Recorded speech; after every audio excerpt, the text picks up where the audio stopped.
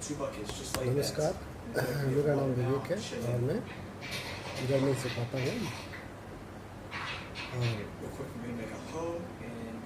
German के लिए हिंदी बहुत अच्छा है। हिंदी से आप जर्मन को बहुत अच्छे से सीख सकते हैं। बहुत इजी है और अच्छे से सीख सकते हैं उसको। जैसे मैं, तू, हम, ये सब हिंदी के वर्ड्स हैं। अब इसको हम जर्मन में सीखना है तो उसके लिए हम क्या करेंगे?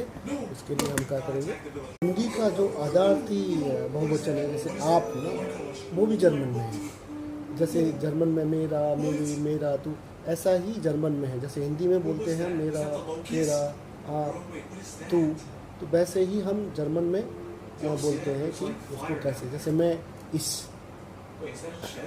हिंदी में मैं इस। तो इस तरह से सबसे पहले हम 8 छोटे सर्वनाम सीखेंगे। तो जैसे मैं इस, तू में मतलब दू, ही,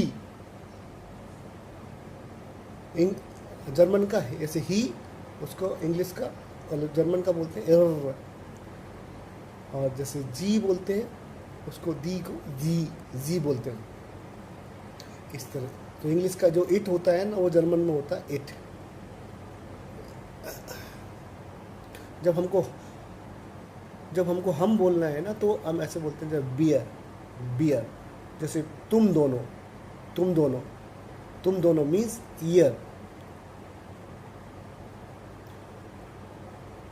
जैसे हम लोगों को बेलोग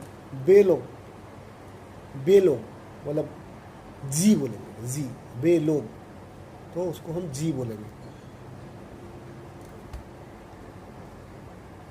मतलब सी भी होता है और जी का मतलब दे भी होता है। जैसे हमने इंग्लिश में पढ़ा हुआ है ना, यू आर विवेक, तो एक ही बंदा है। अब जैसे हम बोलते हैं यू आर स्टूडेंट, तो बहुत सारे बंदे हैं।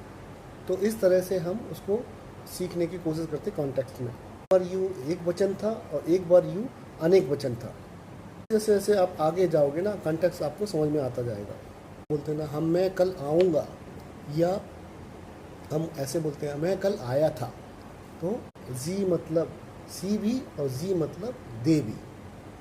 एक और चीज़ आपको समझाना चाहता हूँ। जैसे हिंदी में एक वर्ड है आप, बड़े आदर से, और उसको हम अगर जैसे